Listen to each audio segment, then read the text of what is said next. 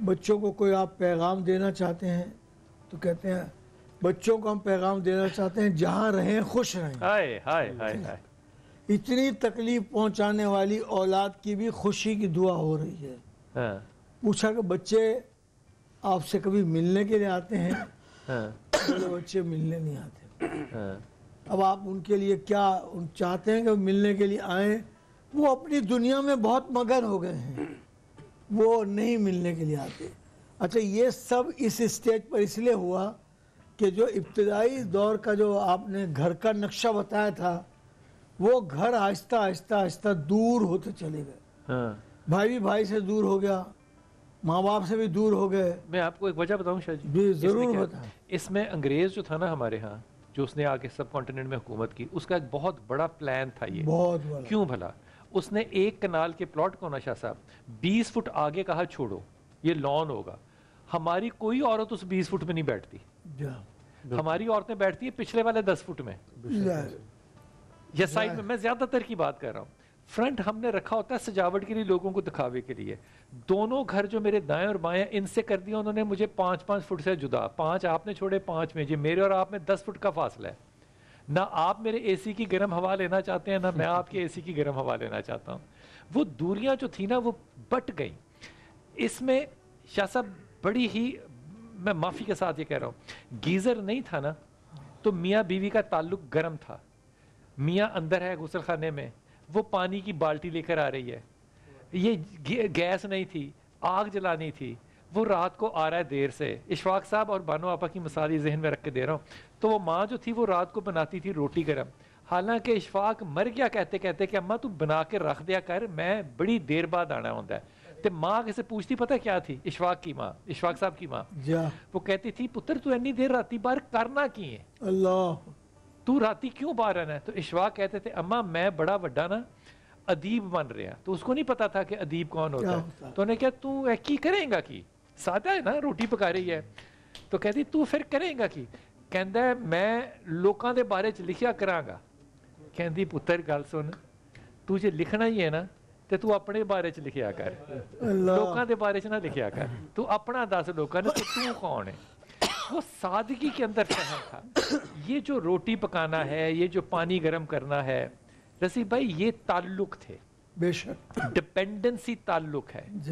جب ڈپینڈنسی ختم ہوتی چلی جائے گی نا، ہر چیز جو ہے وہ میں فون پہ ایپ پہ منگا سکتا ہوں تو مجھے آپ کی ضرورت ہی نہیں ہے زندگی میں، تو میرا آپ کا تعلق جو ہے وہ کمزور ہوتا چلا جاتا ہے. اب ضرورتوں کے تعلق یہ ہے کہ شادی ہوئی گھر میں، اور یہ 99% ہم نے جو کیس اسٹڈی کی ہے، 99% شادی کے بعد لوگ چاہتے ہیں کہ ہم اپنے اپنے انڈیپینڈنٹ رہیں.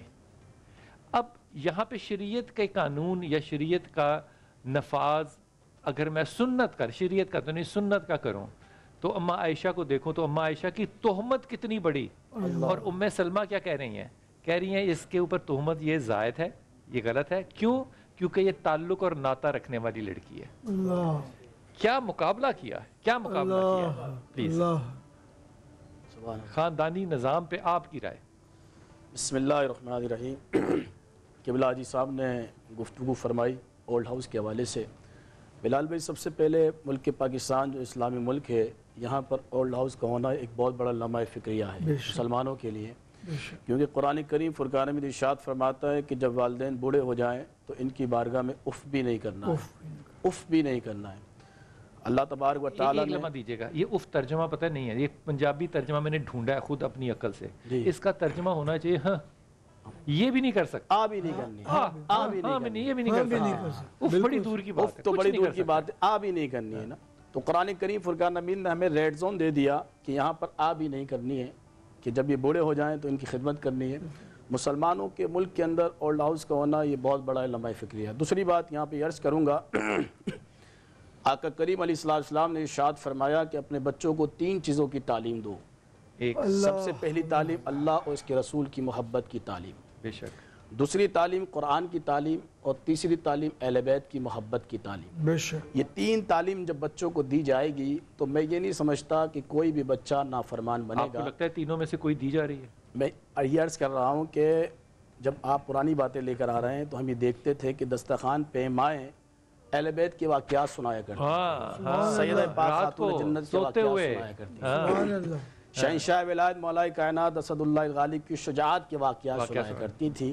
تو جب بچے بڑے ہوئے تو ان کو معلوم ہوا کہ کی محمد سے وفا تو نے تو ہم تیرے ہیں. حضور سے وفا سب سے پہلے، جس نے حضور سے وفا کی، حضور کی محبت دل لوگوں کے دلوں میں ڈالی، تو ایسا نہیں ہو سکتا جب وہ بڑھاپے پر پہنچے تو اس کی اولاد نافرمان بنے، کیونکہ اس نے آقا کریم علیہ السلام کی محبت اپنے بچوں کو سکھائی ہے. میں دوبارہ آتا ہوں آپ کے پاس، میں شاہ صاحب کو بھی شامل کر لوں. شاہ صاحب وہ دسترخوان کا زمانہ دیکھیں، مجھے آج ان کی بات سے نا رضی بھائی سے ایک یاد آ گیا. وہ دسترخوان ڈائننگ ٹیبل میں کنورٹ ہوا، ظاہر ہے وہ بھی ایک ضرورت ہے زندگی کی، وہ ایک جدید معاملہ ہے. لیکن مجھے اپنا نا گوالا شفیع اس کا نام تھا، وہ مجھے یاد آ گیا. تو اس سے کہتے تھے نا کبھی کہ شفیع تو دودھ چ پانی تے نہیں پاندا، تو وہ ہمیشہ حضرت عمر خطاب کا واقعہ سناتا تھا ہمیں. ان پڑھ چٹا آدمی، اللہ بس یہی یاد تھا اس کو. اس نے بھی اپنی کسی امی دادی سے سنا ہی ہوگا نا، وہ کہتا تھا نہ وینو گناہگار نہ کرو تسی یہ کہہ کے اللہ دا نور ہے. وہ تبدیلیاں جو ہیں، بریک ڈاؤن، یہ کیسے آیا، کیوں آیا، اور اب اس کی کتنی ضرورت اور اہمیت ہے؟ اعوذ باللہ من الشیطان الرجیم، بسم اللہ الرحمن الرحیم. رب اشرح لی صدری ویسر لی امری واحلل عقدۃ من لسانی یفقہوا قولی. اللہم صلی علی محمد وآل محمد وعجل فرجہم الشریف.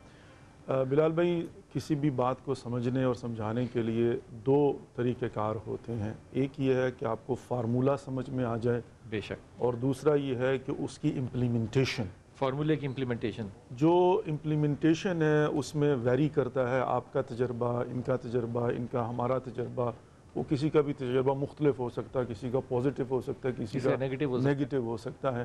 اکثریت کہاں پر ہے، اقلیت کہاں پر ہے. لیکن بیسکلی جو فارمولہ ہوتا ہے کامیابی کا اور ناکامی کا، وہ کہیں پر چینج نہیں ہوتا. اور ہم نے جو ہے وہ فارمولے اللہ رب العزت سے اور رسول اللہ صلی اللہ علیہ وسلم سے اور ائمہ علیہ السلام سے لینے ہیں. اب یہاں پر جو خانوادے کا تعلق ہے تو اس کو سمجھانے کے لیے، چونکہ بعض اوقات ہم اس طرح سے اس کو ڈیفائن کرتے ہیں کہ دین کے معاملات اور دنیا کے معاملات، دینی کامیابی، دنیاوی کامیابی.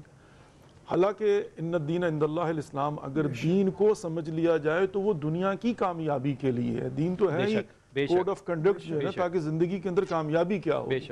اب دو اس کے پہلو ہیں، نمبر ایک ظاہری، نمبر ایک باطنی. ظاہری طور پر جو نظر آتا ہے وہ کیا ہے کہ ہم نے مطیع مہد پروردگار ہونا ہے، اور لینا کہاں سے؟ وما آتاکم رسول، اللہ کے رسول سے. جو آپ نے بات فرمائی ہے نا، میں اس کو اس طرح سے ڈیفائن کروں گا. ایک ہوتی ہے نعمت، ایک ہوتی ہے برکت. نعمت اور برکت. نعمت کا ہونا گارنٹی نہیں ہے کہ آپ کے لیے وہ کامیابی کا باعث بنے، اس لیے کہ ان المال والبنون فتنہ، مال فتنہ بھی ہو سکتا ہے. مال فتنہ بھی ہو سکتا ہے، نعمت ہے. نعمت، اولاد نعمت ہے لیکن فتنہ بھی ہو سکتا ہے، چھوڑ کے چلے جائیں گے. ہے نعمت لیکن ضروری نہیں ہے کہ اس سے آپ کامیاب ہوں. کیا اچھا فلسفہ تو لگا. چاہیے کیا ہوتا ہے؟ نعمت میں برکت. برکت، نعمت میں بھی برکت. نعمت میں نعمت بابرکت. بابرکت. اچھا برکت کیا ہے؟ قرآن پاک کے متعلق ہے کتاب مبارک، یہ مبارک کتاب ہے جس کا جیب میں رکھنا باعث برکت ہوگا، جس کو دیکھنا باعث برکت ہوگا، جس کو پڑھنا باعث برکت، جس کا احترام باعث برکت ہوگا. اب یہاں پر آ کر ہم دیکھتے ہیں کہ اللہ رب العزت نے رسول خدا محمد مصطفیٰ صلی اللہ علیہ وآلہ وسلم کے یہ پیغام دیا ہے کہ جو کوئی اپنے خانوادے کے ساتھ صلہ رحمی کرے گا، اس کا نتیجہ کیا ہوگا؟ نمبر 1، ایک نہیں 100 شہید کا ثواب ملے گا. سبحان اللہ. نمبر 2، 40,000 نیکیاں لکھ دی جائیں گی اگر وہ اپنے کسی رشتہ دار کی ملاقات کے لیے جائے گا ہر قدم پر. نمبر 3، 40,000 گناہ اس کے معاف ہو جائیں گے. نمبر 4، ایسا ہے کہ اس نے صبر کی حالت میں 100 سال تک عبادت خدا کی جو قبول ہوئی ہے. جب یہ نہیں ہوگا تو اس کے بالعکس لے آئیے، بے برکتی ہوگی، نحوست ہوگی، اور پھر کامیابی نہیں ہوگی بلکہ وہی ہوگا جو آج کے زمانے میں ہو رہا ہے. اب لینا ہے وقفہ اور واپس آتے ہیں. کیا بات ہے، کیا بات.